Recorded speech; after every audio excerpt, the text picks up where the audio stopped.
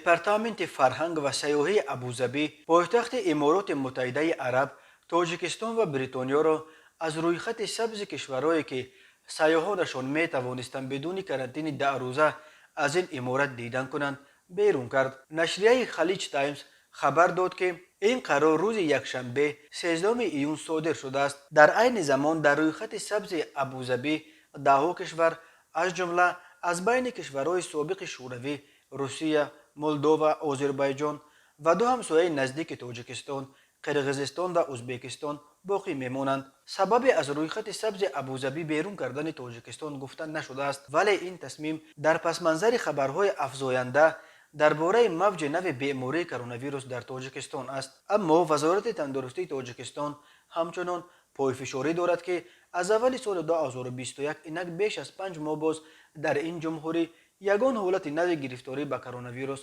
آشکار نشده است. ادعایی که کم کس باورش میکنند.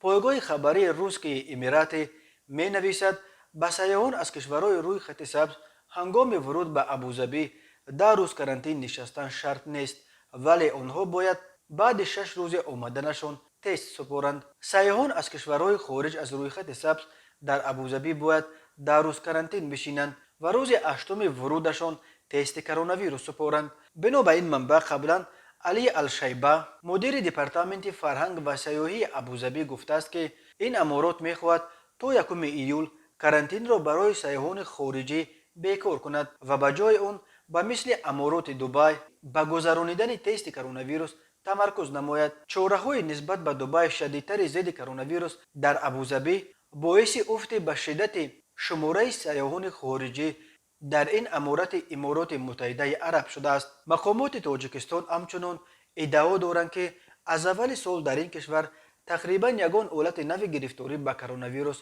آشکار و ثبت نشده است. سخنگوی وزارت تندرستی پایفشاری دارد که تنها گمانبران هستند، ولی تشخیصات نشان میدهند که آنها در اصل گرفتاری زکام یا پنیومونیا شدند و بیماریشان ربطی به کرونا ویروس ندارد.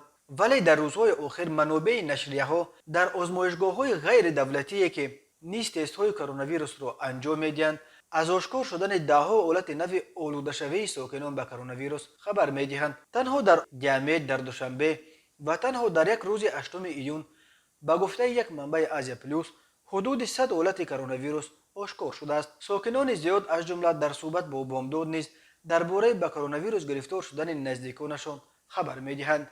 به عقیده کارشناسان یک سبب اساسی پایفشاری مقامات تاجیکستان با اینکه کرونا ویروس در تاجیکستان به نیستی رسانیده شد عزم آنها برای گشودن راه مهاجران تاجیک به روسیه بود. روسیه در حقیقت از 1 اپریل به دلیل بهتر شدن وضع اپیدمیولوژی به پروازها از تاجیکستان اجازه داد و علاقه هزاران مهاجر کاری از تاجیکستان که یک سال باز منتظر گشوده شدن راه روسیه بودند خود را به آن کشور رسانیدند.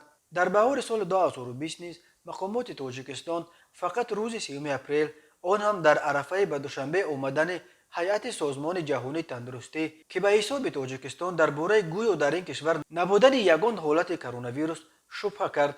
اولین حالت گرفتاری به این ویروس را تصدیق کردند. حالا نیز انتظار می رود که وزارت تندرستی تاجیکستان مجبور خواهد شد که رسما موج نو کرونا ویروس را بالاخره اعتراف کند، ولی ظاهرا منتظر اجازت رهبریت سیاسی کشور است که از بالا چه خواهند گفت.